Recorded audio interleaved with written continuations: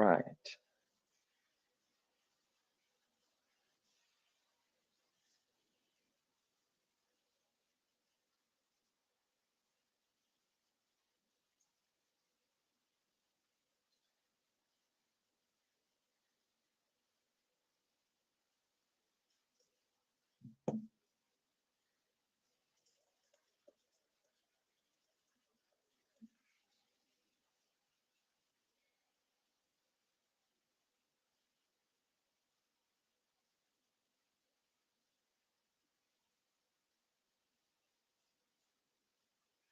All right.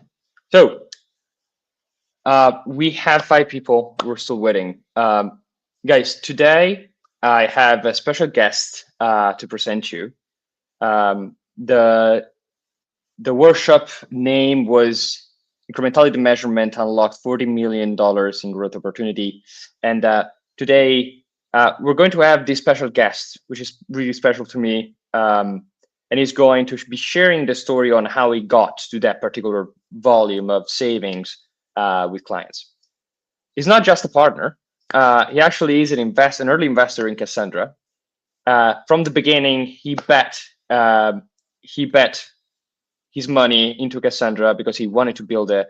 And since 2023, he's been working with me into designing, prioritizing, and working through the most sophisticated and scalable incrementality measurement platform there is in the market.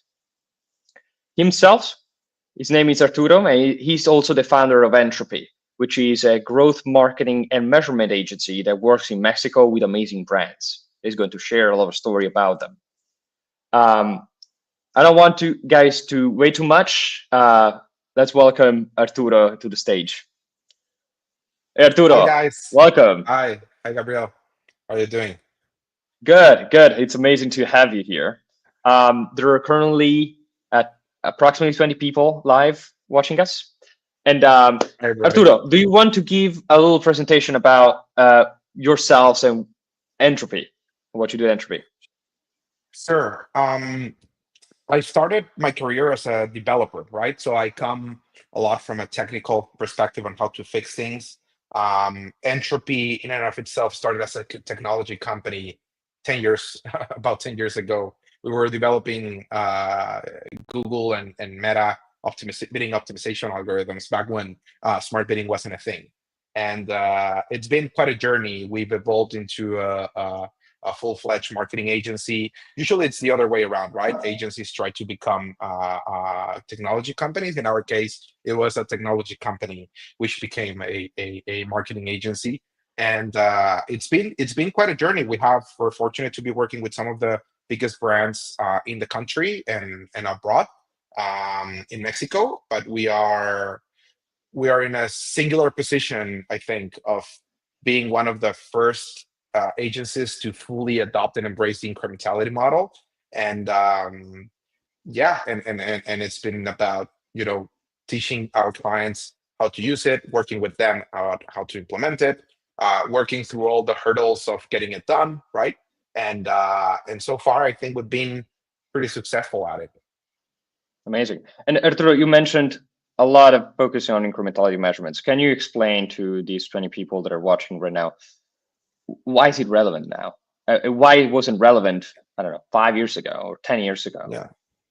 So I'm sure I'm sure most of you have experienced this if you have been managing marketing spend for a while, particularly digital marketing, that there's been this focus over the last 15 or 20 years of measuring measuring everything, right? And we focused on the things that we've been able to measure because that's the right thing to do, or that's what usually we interpret as the right thing to do. And we would be right, except that I think that our obsession with measurement or with exactness of the measurement has led us to be biased on how we make our decisions. And this is particularly visible with the example I like to use is branded searches. Branded searches on Google Analytics, they tend to bring between 20 and 30% of total revenue. Yet we know that if we turn that off, we're not going to lose 30% of our revenue, right? It's very unlikely that we will. A lot of it will go to organic searches. And we don't necessarily want to turn it off, but we understand that it's not telling us the truth, right? And that's where everything started, probably about 7 years ago, where I started questioning myself. This doesn't make sense. How can we? And you sort of made adjustments, right? You use rule of thumb adjustment, where you would say, well, it's probably not giving me 20x ROAS. The real ROAS is probably 3x, right? Or probably 4x, whatever it is, right? But it is not 20x. It's not what Google or Bing is telling me it is. And that's where I. But then once you start questioning the model, right, that you're using to measure, then you start questioning everything else, right? And you start seeing, okay, so maybe, because then you say, oh, because if we go with this attribution, multi-touch attribution modeling system, mental model for measurement, then you immediately have to remove credit for TV and for radio and for newspaper and for, well, probably newspaper wasn't. I'm not sure.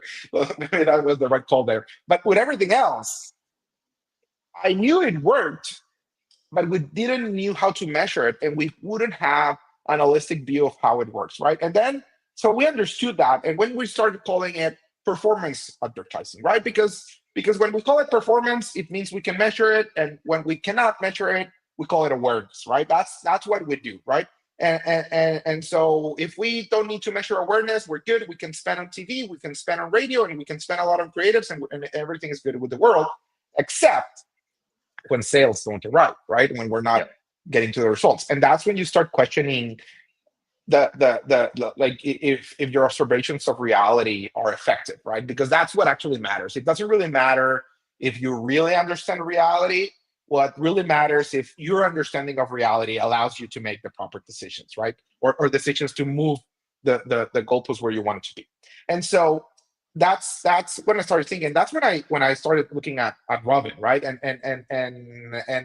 at the beginning, you remember Robin. Well, at the beginning, it was a little bit buggy. It was a pain to run, right? Nobody really knew how to use these things. There was not a lot of information on the web. And but I started. It really drove me this concept of understanding the effects of the media holistically in an omni-channel capacity, right?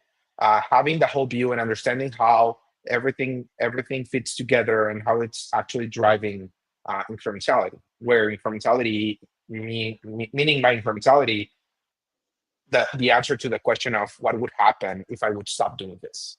What would happen? Like how much my sales would drop if I stopped doing TV or if I stopped doing branded searches, right? And that's where it all started. And that's what led me to go with my clients and say, hey guys, we need to start looking at things in a different way, right? And it's a completely different model, by the way. It takes time, right? Because we've been my partner says that we've been like, people have had so many Google days that now we need to do a lot more incrementality days to remove this attachment to Google Analytics. Google Analytics, it ends up being like the crutches, right? It's like you feel you need them, you don't really need them anymore. You need them maybe for a little bit of daily review, but it's not what's driving your business, right? It's not what's really, it's telling you what's happening today, but it's not telling you how you're going to end the quarter. It's not telling you how you're going to end the year, and it's not going to get you where you want to be. 100%. And also the pattern that we see on in marketing in general is that companies have been rewarding based on Google Analytics and attribution data. They've been following this for a year, for I don't know, 15 years. In the past 15 years, and their success, part of it has been attributed to how they were looking at data. Now we're showing a completely different picture of what is working, what is not. How do you Yeah. handle this with companies? Well, one of my first clients, it was a they sell cell phones, right? They sell a lot of cell phones online, probably the third or fourth largest cell phone seller in Mexico. And we were spending probably 2-3% of the total sales in marketing, right? And you have to understand, the cell phone business, the margins are very slow. They're very, very small. You're usually talking about 10%, maybe 15% if you're lucky. And we did the first MMM and we added promotions, specifically financial promotion. In Mexico, we have a lot of these. They're not buy now, pay laters, but we have a lot of these pay in 12 months or pay monthly every 12 months, right? And we have these financial promotions. And these financial promotions would impact the sales massively, right? And we understood this, but we didn't understood how much, right? And we didn't know if we were overspending or underspending, if that 2-3% was a lot, and then we run the MMM. And I remember it was, I would say the first, because we run a few MMMs before, but it was the first successful MMM that we run. And we found out that 70% of the sales, probably 75% of the sales, were correlated to the promotions, to the financial promotions specifically, right? And then we saw that other things such as, SEO, organic searches, and other things were probably 10-15%. And then media was actually just driving 10-50% of the total sales, right? And so that was what that meant, is that we were operating on a ROAS of 5x, which if you have a gross margin of 10%, that means that for every dollar that you're spending on marketing, you're losing 50 cents, right? And so that was the first time that I said, oh my God, this is gonna change everything, because this is gonna force us to make the right decisions. There's no way of sugarcoating this, right? This is closer to the truth that we've been seeing, but we couldn't really accept it because we didn't have a way to grasp it, right? We didn't really have a way to materialize it in a dashboard, right? In a place where we could see it. And of course, the next conversation was drop the media spend by X amount and focus heavily on promotions, and that they did really well with that, right? And then with that, we started. That was the first time where I said, okay, this is.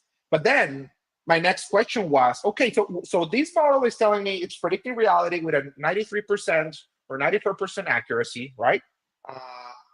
But is it though? Because that's what it's predicting in terms of sales, right? But is it internally, the media channels, is it actually correct? Like, is this financial promotion actually correct? Like the allocation that is happening is good, because it could be overfitting. There's all sorts of issues that you could be having, right? And so the next experiment I did was branded versus branded searches. So we excluded certain states, certain regions from Google, and lo and behold, the incrementality just wasn't there. If I remember well, this was 4 years ago probably, right? And the incrementality was, I think, 2-3%. And even then, I remember the confidence intervals were -1 to +4. So probably wasn't even 2%, right? That was what the median result of the yield is, but that's not necessarily the result. So then I start saying, okay, so we have this model that is able to predict reality, and we have a way of calibrating the model and making sure and validating the model and making sure that what the model is telling us is correct. Which, by the way, it matched what the MMM was telling us, and I was sold, right? At that point, I was like, we need to change everything, and that's when I understood that this was not going to be a fad. This is not just another measurement platform, or this is not just another technique. This is not last click versus data driven, right? This is a fundamental shift on how we understand and how we value our work. And from then on, I started a journey of trying to implement this, in my agency, because I understood that this was the way. This was, at least from what I understand of how the world works right now, this is the closest thing that I can use to understand how the world actually works. And so that's what my last 4 years have been about, and just trying to get better at this measurement thing, right? 100%. And Arturo, you mentioned 3 keywords that actually resonate a lot, which is, one is understanding the truth. No, this is not taken. Most of the reason why multi-touch attribution or last click attribution, which is the most common one, doesn't really work is because it's biased. It doesn't show you, it just show you where the user was just before buying. does improve incrementality, or whether they wouldn't have bought if they didn't see the ad. And you mentioned also marketing mix modeling, calibration, incrementality. Now, what we see and what is really common in the market, because it's pushed by all the narrative in the marketing science field, is that last click attribution is horrible. You need to do MMM, or you need to do incrementality testing, but mostly MMM. MMM is what big platform push more to users. What's your take on this? I mean, is the measurement problem solved by MMM and that's it, by the tool? So that it's something that's super important, right? Because there is this instance where the model came out fine the first time, but I'll tell you from experience, most of the time it doesn't come out fine the first time. Most of the time you need to do calibration. And over time I've shifted. Before I used to do MMMs and then start doing the geo lifts and the incrementality studies, conversion lifts, causal impacts, whatever you think, whatever you can do, right? But that's how I would do MMM and then start doing the rest and start calibrating the model, right? I understood now that that's not the right approach. The right approach is start with incrementality measurement first, incrementality testing first. So start getting your test done for your top media channels, understand how those top media channels work, and start questioning your the basis for which you have made the decisions in the past, because that is the first thing that breaks. And also it's not just about good methodology, it's also about the learning process that you need to walk through with the brands that you're working with. Because when you do an MMM, the MMM, one client, she said it's switchery, right? I do not understand how this works. I do not understand why it's giving me the results it's giving me. It's awesome, but I do not get it, right? So from a cognitive perspective, like coming from, we've never been able to attribute the value of TV to now we have a precise number with confidence intervals as to what TV is bringing to the table. That's huge, right? And because before they could be seeing it on rating points, or they could be seeing it on a number of impressions or views or whatever. But now they're able to put a monetary value to how much TV has brought in business, right? And for clients to see that for the first time, it's a little bit surprising. So how do we prepare the client for landing this? How do we prepare the client for this, and or any brand for that matter? What we do is we start doing this test, because especially the GLFs are very easy to understand. Everybody can understand the concept of, I have a national campaign in the United States, and I'm going to turn off Oklahoma, Arizona, Hawaii, and New Jersey, right? And I'm going to see what happens when I turn off the media on those campaigns, and then what the results are. And then when I do that campaign and I stop the campaign in those states for 4 weeks, we'll see where we're at. And then at the end of the 4 weeks, you see that the sales drop 5%. That's easy to understand, right? And then to tell them, hey, we're going to run an MMM. And if the MMM matches very closely what we have on the GeoLift, then we know that that we have confirmed the model, not just on the top line being the revenue line, but also internally, that what's telling us is actually close to the truth, right? And so it's not just enough to say we're able to predict reality, because we need to be able to explain reality to make an effect on it, right? And so the GeoLift gives us that validation. And so now what we've started doing is GeoLift, make sure that we have at least your top 3 media channels calibrated, do other experiments to understand if maybe some promotions, maybe some causal impact to understand the value of certain promotions. So use all that to start calibrating, to start understanding, at least I call it snapshots of reality. GeoLifts are snapshots. The MMM is the movie, right? But the GeoLift it's giving us a picture, a high quality picture of what's happening with a certain channel at a specific point in time. And we use that to sort of anchor the model and to tell them, this is what we know reality is like. Okay, so whatever you're going to do, start from this, because we know this is our ground truth, right? And that has led us to much more fruitful discussions, and we're more confident in the changes that we're making. One of the things that happens all the time, and I'm sure that you've seen this, and we actually developed the models so that we have these conservative in Cassandra, we have it, right? And we have and you can have this conservative to aggressive, right? And what that is I'm not ready to make the changes that this thing is telling me because I don't trust it enough. So I'd rather make small incremental changes instead of big ones because I don't really trust the model. That's what you're really saying when you're doing that, right? But when you have a high trust in the model because you have validated it and it's pretty accurate, then you can go all in, and that's when you start seeing the big changes. That's when you start being making the big effects, right? So the process of learning and teaching the team where ground truth is and understanding it with you and taking them through that process to then do the that we know it's true and it's calibrated. I think that's really the way to move forward with this technology. That's what really makes the difference. 100%. Oh, we have Andrea here. Oh, okay. Yeah, we had an intrusion.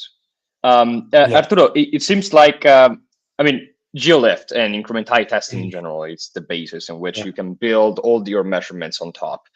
It's super important. Can you share if someone in the audience wants to start understanding and start testing things by themselves? What is the data that is required? If you can share a little small breakdown of what is data required and what libraries or options do they have to start by themselves for free, just studying it. Of course. So there is a few. So what? So the essentials is the essentials is number one. You need the sales data for the regions that you're going to evaluate. You usually want to do relatively large regions. So, and the main limit is that you can target to those regions. So for instance, TV is a little bit difficult because sometimes it's hard to do when you're doing national TV. It's a little bit hard to calibrate. When you're doing radio, for instance, it's a lot easier because radios tend to be local by cities. So, but start with a media channel. Let's say you want to test Facebook. Facebook is super simple, or Google is super simple because you can use geo-targeting to decide where you want to go. So take your country, wherever country you are. There's probably some sort of divisions, right? Geographical or political divisions. And so start with that. Start with your states, provinces. So sales data per province, per state, per region, per day for the last, I would say, at least 120 days. That's the minimum basic requirement. And then you would run that with, there's several platforms to do this. There is Cassandra has one through you guys use the GeoLift platform, right? Or we use the GeoLift. I'm a partner, so until we today, use the GeoLift platform. Until today, we're using something else. What are we using now? We're using a mixture of. I mean, we took the R&D on GeoLift, on MarketMatch, and on Murai, which is the open source that Entropy created for multi-cell geo experiments. And we built more, iterated a lot on the MDE analysis. So basically, we A/B tested this algorithm with GeoLift on 30 data sets. And the design and the analysis led to a statistical significant result with 50% less budget and 30% less time to reach statistical significance. Oh, that's excellent. That's excellent. So I'm glad you listened to my suggestions. Yes. So there is several tools. There is definitely GeoLift for Meta, right? There is Cassandra's own tool, which just got launched today. That's been on the burner for a while. And we have also Murai, which is an open source tool that is very inspired on GeoLift. Just takes it where they left it, and we continue developing the tool for our own internal usage, but it's completely open source.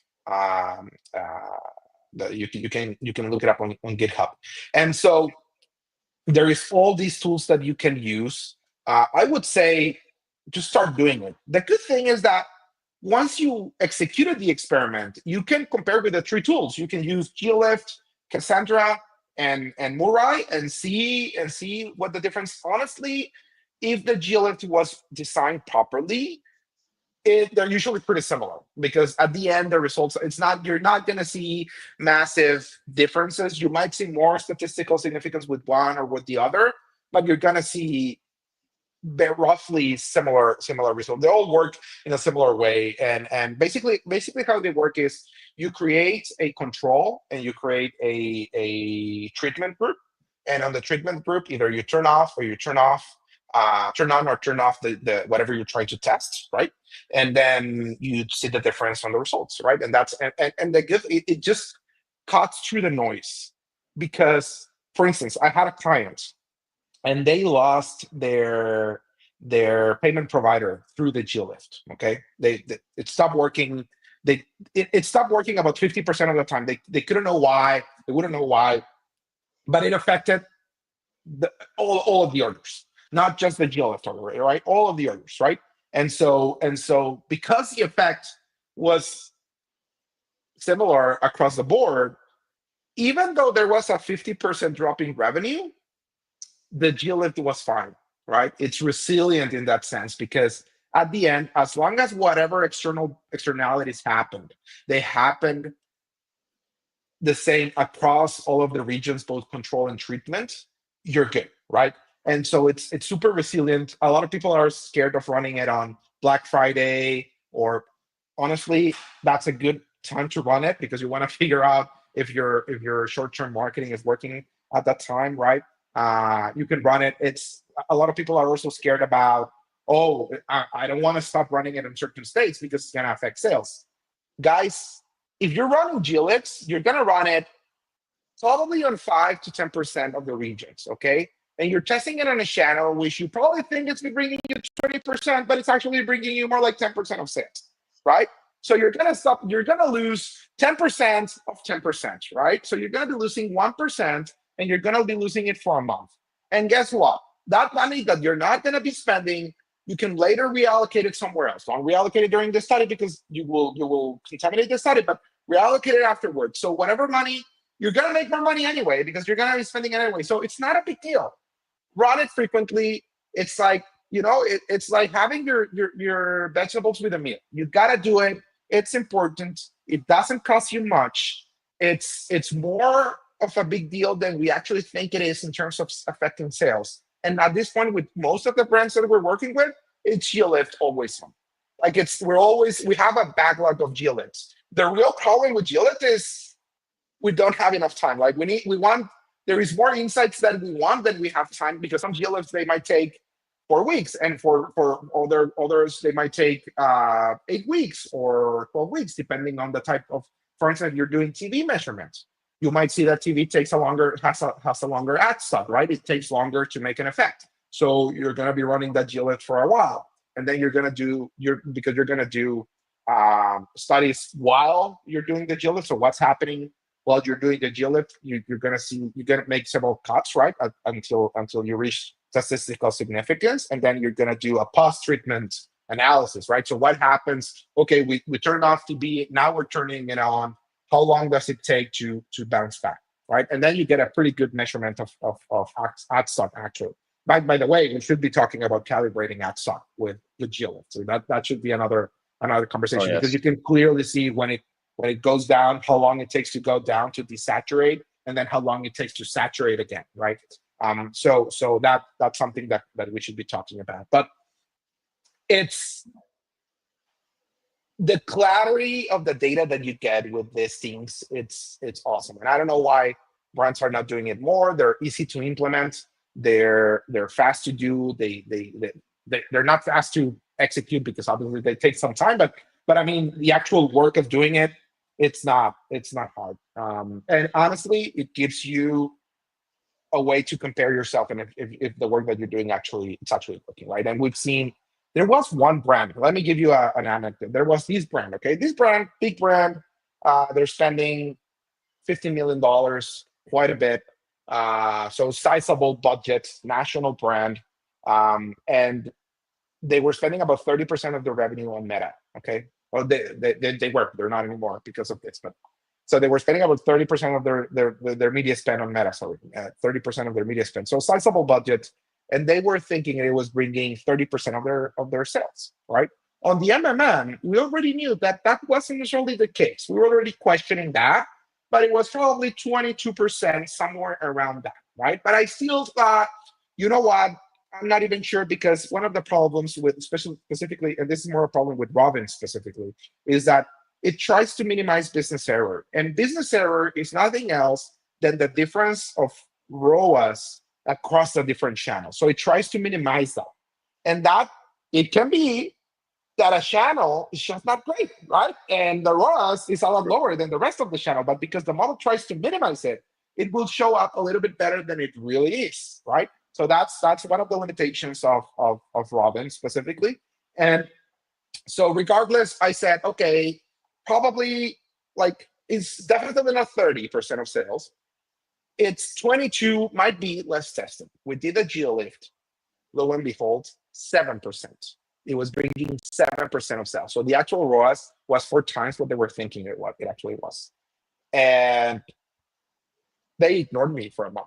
The client just ignored me. Like I presented the result, and they were like, "We don't want to deal with this. We've been spending 30% of our media spend for the last 5-6 years on Meta, and now you're telling us that we've wasted probably, you know, probably 10-20 million dollars across 5 years, right? Oh, Probably. yes. Uh, and they would like honestly, I don't think they did it consciously, right? I think they just saw it and they were like, I It's just can't deal with impossible. it. No. Yeah, no, not even it's impossible. They were just like, okay, good insight. Let's do nothing about it, right? But I pushed, right? I pushed because that's kind of what they pay me to do, and I like pressing buttons, right? And so I went with the CMO and said, hey, I don't know if you saw this report. And they told me, well, they talked about it. They told me they would make some adjustments, but no, it hasn't. Like, I don't think you understand the big deal this is. Like, this means that we can, we are overspending by 3x what we were spending, or 4x what we should be spending here on our biggest channel, and we should be spending it somewhere else, right? Or the way that we're running campaigns is terrible and it's not working, and so we need to shift, right? Um, and now then the real conversation started, and now we're shifting. When we looked hard at it, there was the campaigns had massive overlaps. The creatives weren't great. They were focusing on retargeting more than anything else. When you would look at the prospects that it was generating, probably 80% was retargeting, right? It was people who had already bought when you looked close to it. And so we did a massive shift on how on an incrementality focused way of measuring campaigns. So that's when obviously they were focusing on last click, right? And even if they were focusing on data driven, it would have been better. If you look at in Google Analytics, data driven and last click, it's basically the same thing, okay? Because the fundamental way of how it gathers data, it's wrong. It just doesn't capture the reality of it. It's only because of data privacy restrictions, because of missing cookies in iOS, because of a million reasons. Tracking is not what it used to be, okay? And so because tracking is not what it used to be, it means that we're not connecting the dots. Analytics is making data-driven multi-touch attribution where 80% of the conversions is happening on one touch, right? So let's not kid ourselves. Data-driven is last click. In 2025, data-driven is last click. There is no, you can sugarcoat it. It is what it is, right? It's just, and if you don't believe me, go to your analytics console right now and compare it, and you will see plus minus 5% against last click. Anyway, so that's happening. Now we're shifting the way we're running ads on Meta for sure, right? Focus on incrementality. We're reducing the budget as well. So that was two combination, and we're working on our creative strategy for Meta. So I don't necessarily think that Meta doesn't work. I had great results with clients. That's not what I'm trying to say here. I think that the strategy needed to shift, and now we're shifting it in this specific case, in this scenario. I also think that we were overspending. We're not overspending as much, and we're gonna start seeing. And this just happened in June, so things are happening. It's a big company, right? Things things take time to change. I'll report back how we're doing. But that was one of the situations where I was like, I can tell you another scenario. Actually, Arturo, I would like to introduce the story that we mentioned in the headlines of this event, which is a $40 million opportunity. I mean, it's a crazy number, right? Yeah. It's a crazy number. Yeah. So that is with so we were working in another pro, right? And they were spending about $1 million in total. Okay. About $1 million on this specific channel. And they were why they were spending it? Well, because it's 3% of the budget. So who cares, right? Let's just spend $1 million on this thing. It doesn't matter. I think it was more like 5%, but we're just spending on that, right? And I was questioning, like, hey guys, I don't see any evidence of these working at all anywhere. Not in analytics, not in the MMM, anywhere. I think we're just, setting this money on fire, right? And let's do a geolift, right? And so we started running the geolift, and we start running it first day, second day, the first week, second week, nothing happens. We see no difference. Still, the geolift ends after 6 weeks. Absolutely zero difference in sales when we turned off the media. We did the test. They didn't believe me. They didn't believe me. Come on, Arturo. It cannot happen where you're spending 1 million and it's not working. All right. It's a saturation problem. Let's take the same budget and focus it on a few states. So let's go back from a negative geolift to a positive geolift. Let's exclude those states where we did a treatment to avoid cross-contamination. Let's do it. All right, we did it. Nothing, Gabriel. Nothing, still zero. And I understand, but at least if we're concentrating the budget to 7x or 8x what we're doing before, surely, we were running this channel with the equivalence of running it, and it was, I'll just say it was TikTok, right? It was TikTok. We were running this channel as if it were in the state that we were running, as if it were probably 30% of the budget. Okay, so if it were to do something, it would have done it there, and just nothing. And I go into the campaigns and I see the creative static creatives on TikTok, just promotions, pricing promotions, nothing. It was I don't think, I'm not much of a TikTok user, but I go there once in a while just to see what's there, and absolutely nothing, right? And it was just pricing promotions, no comments, no interactions, very little interaction. And I see, okay, so I come back, report back to the client, and say, hey guys, I would bet my firstborn that this is not working. Okay, at this point, did you actually say that? Yeah, I said it, of course, because these clients, they need a little bit of drama, right? And remember, Mexicans are a little bit like Italians, right? We're both Latins, we have a little bit of flair, and we're just trying to communicate this. And you need to be passionate, because otherwise, you're in this. Imagine you're in this corporate building. You're in floor 22, talking with somebody who's making ridiculous amounts of money on payroll, right? And you're having this conversation, telling him, this great strategy that you developed, it's not working. And it's not working not because your guys are doing it wrong, it's because your creative sucks. You cannot be doing this type of creatives. And this was because I look at the way that we're doing the campaigns were fine, but the creatives suck. You're using lower funnel creatives, or you're using retargeting creatives, where in TikTok, where it just doesn't work, and what you're doing is not working. Finally, they believed me.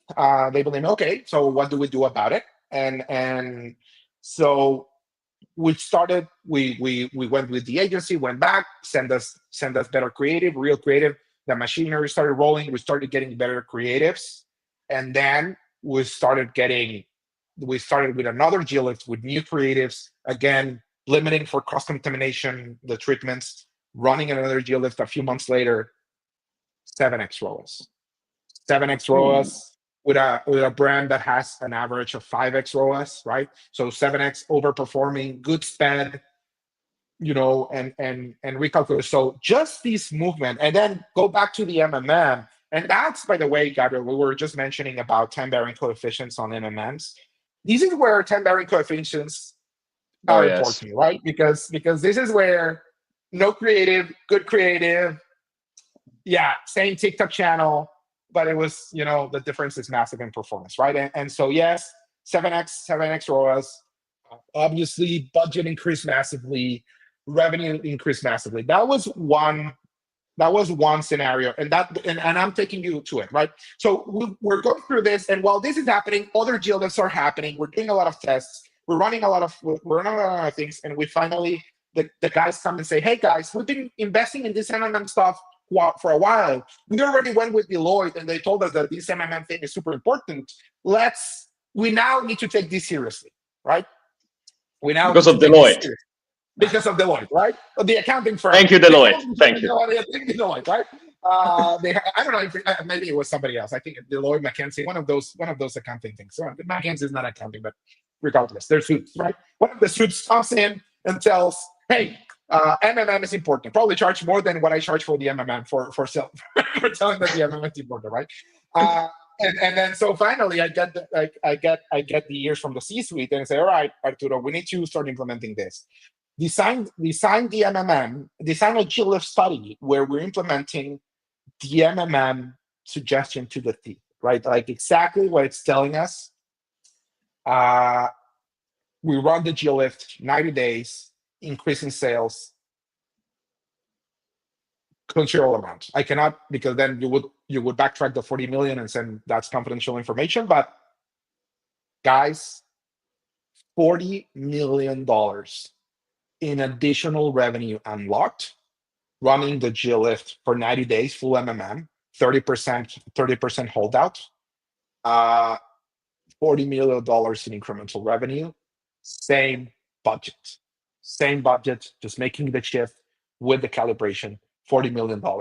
I think the ROI of our fees and the MMM and Cassandra's licensing was probably 200x at this point.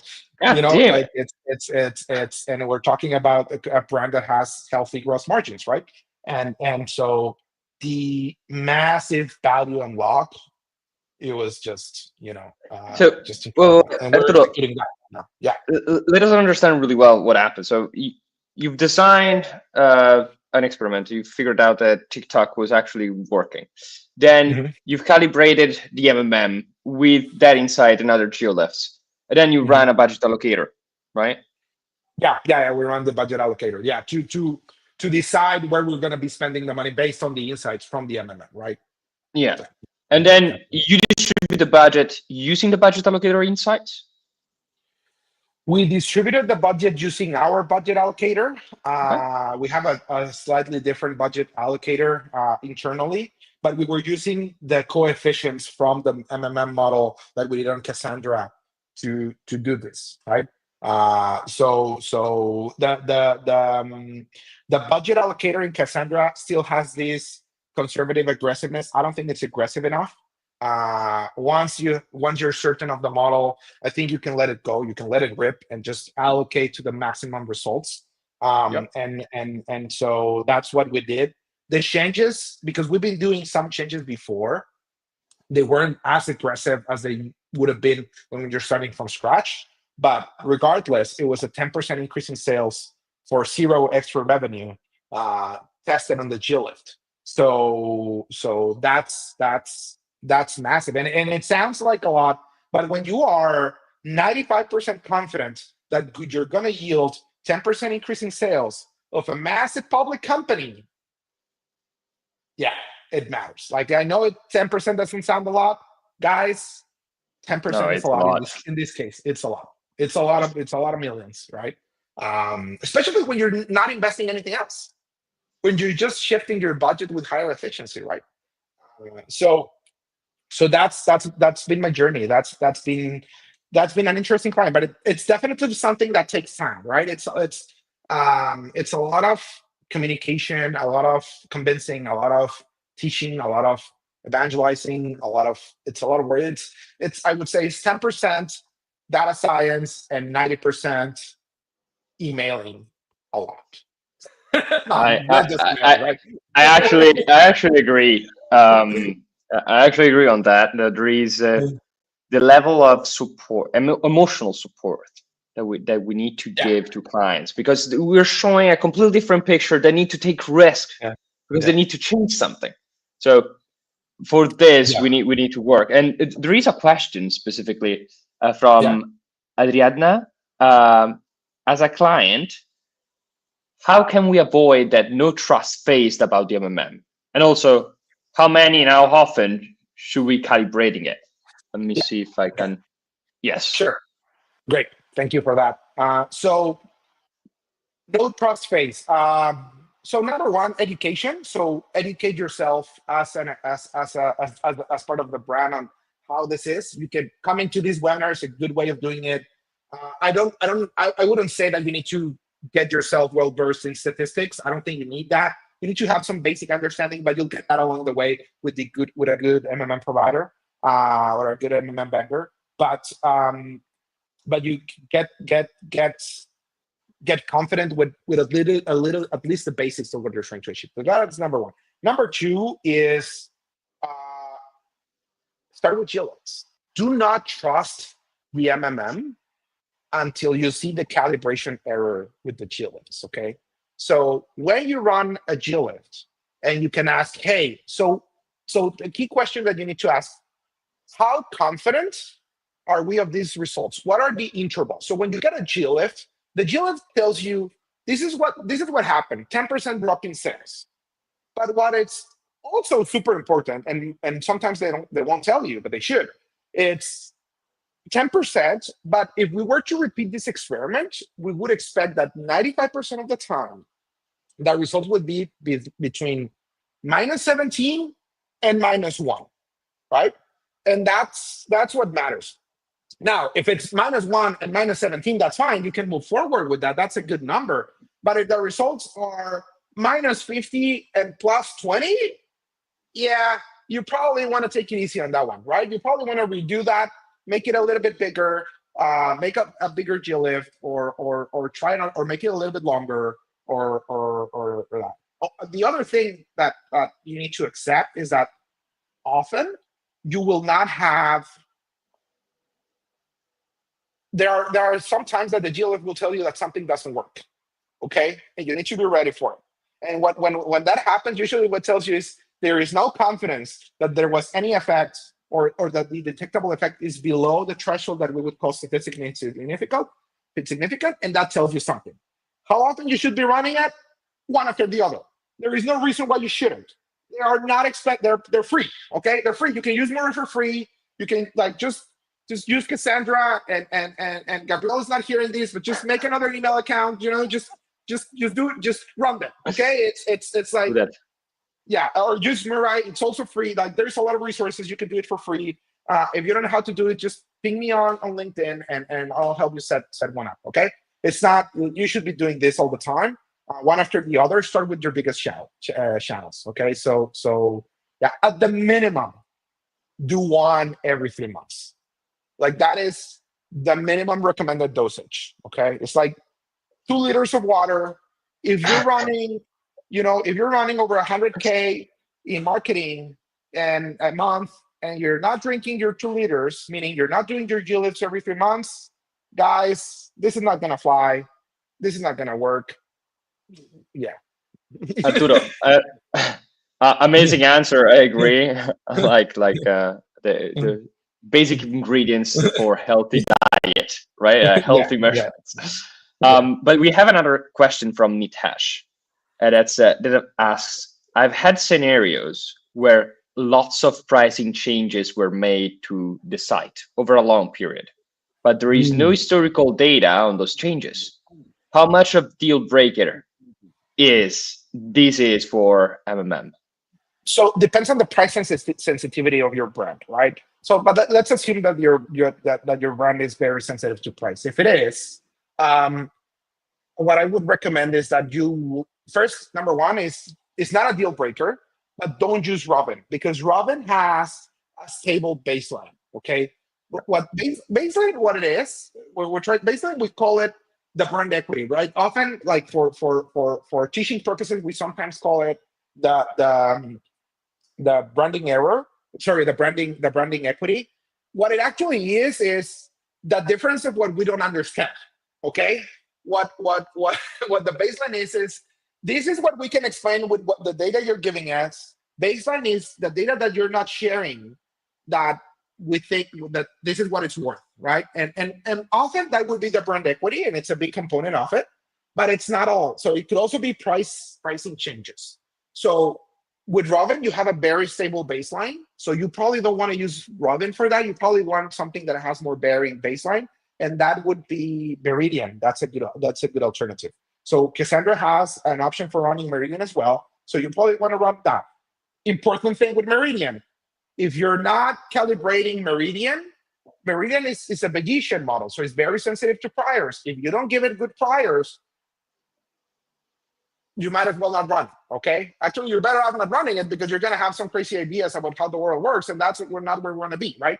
You're going to go out there. So calibrate, run a few glifts, then run the MMM. Start with Meridian or PyMC Bayesian modeling with varying basins, right? So that's what you want to do. And from now on, start capturing the data. We had a very quick scenario. We had a client. We were reaching 85% accuracy on the MMM with R squared.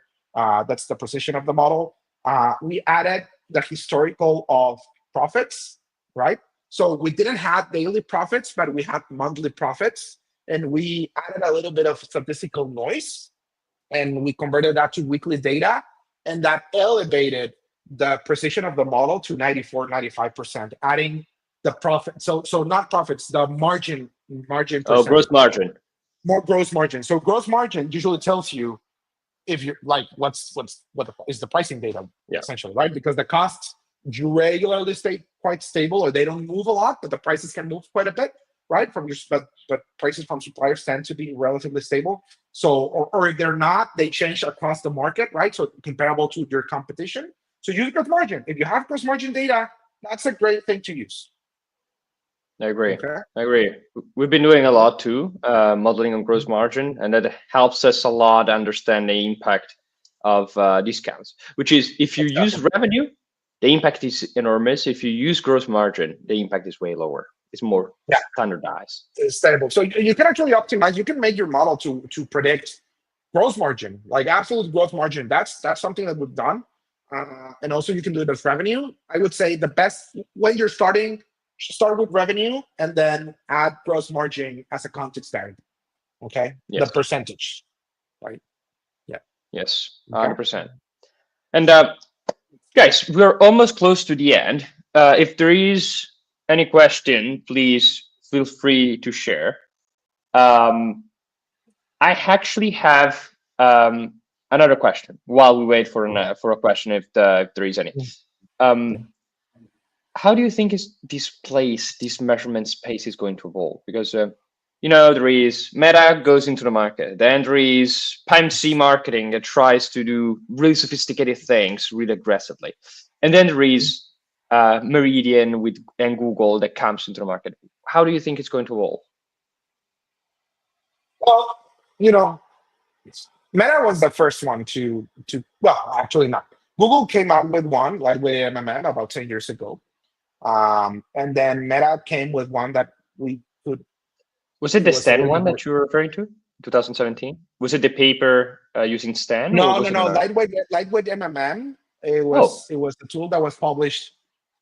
I think it was like 15 years ago or something, or 10 years ago. oh wow. Way I didn't back. know that. But it wasn't. Honestly, and kudos to the developers who did it, but it's not great compared to current standards, right? So there was Lightweight MMM, then there was Robin. Robin was the first big one, I think, that was super usable and gave you good insights, and it was easy to use, and so Robin, and then came Meridian. I think TikTok is thinking on bringing their own tool.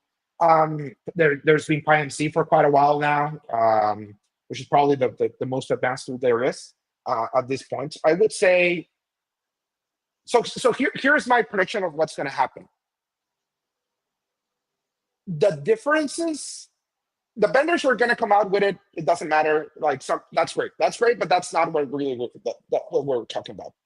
But the brands that do not adopt an incrementality mindset, regardless of whether that means MMM or not MMM, but the brands that don't are gonna fall behind because the differences in performance of the ROI that you can get from marketing from implementing this incrementality measurement tools is so great that if you're not doing it, you're gonna fall behind. And adoption might take a while, but everybody's gonna do it.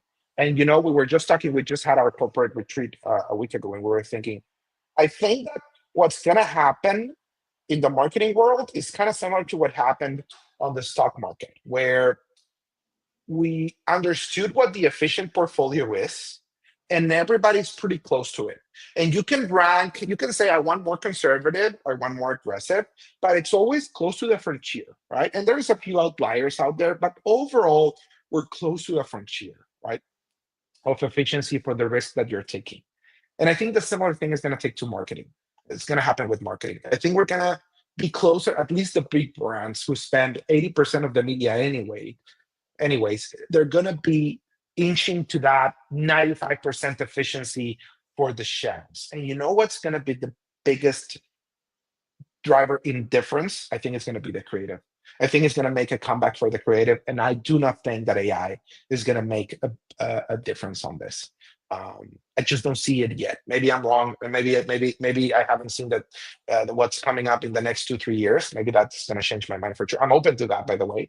I just don't see it right now. But I think that creative is going to be the biggest. Like once this efficiency factor gets baked into the market and everybody is super efficient because anybody who's doing marketing seriously already adopted MMM with high proficiencies or incrementality mindset more than necessarily MMMs. I think MMMs are a great tool to achieve incrementality mindset, but you know what I mean. I think Yeah. we're going to see this normalization of the market, and creative is going to be what drives the biggest shift. So there's another question here. Yeah. Would you Would you recommend recommend? Yeah, go using a ahead. tool instead of making MMM by yourselves? If so, why? I mean, it depends on how much time you have and money. I would say that, Is it to you, Arturo? Is it more expensive to buy or to build? well, so one of the reasons why I invested in Cassandra was because I understood that to operationalize the usage of MMM across the agency, I needed something that was easy to use, right?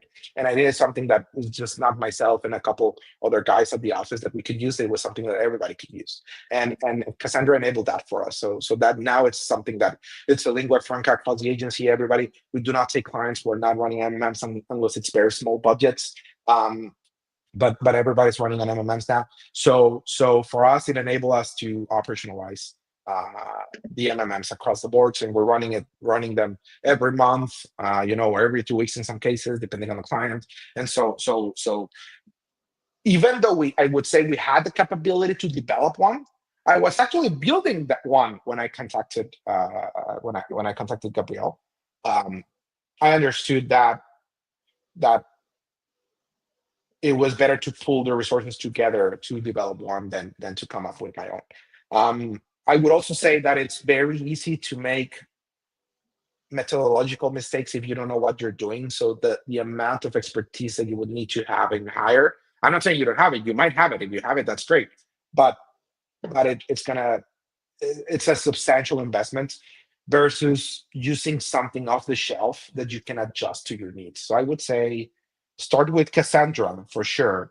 If you want to get to an even higher level, that there's PyMC that you can use, if you want to customize and play with it. But I would say that Cassandra probably covers 98% of the use cases. And if you're an enthusiast about it, you probably want to start, I would say, using one of the open source platforms, right? So that would cover, at that point, we're covering 99.9% of the population. And if you're in the 0.1%, then you might want to start building your own MMM. But I would say there's probably 10 brands or maybe 20 brands in the world where it makes sense to start building their own MMM platform. Amazing. Thank Okay. you, Arturo. I'm a little blushed about your response. Anyway, Arturo, thank you a lot for joining for this call. Maybe what we can do for next time is we can go a little deeper and more technical on time varying media, on how to measure ad stock with geolifts, and do more technical. Let's see how what's the response after this live demo, live video, and I would love to do part 2 with you on a more specific. Looking forward. Amazing. Thank you, guys. Thank you. Thank you, Arturo. Have a great day. Have a good day. Bye-bye.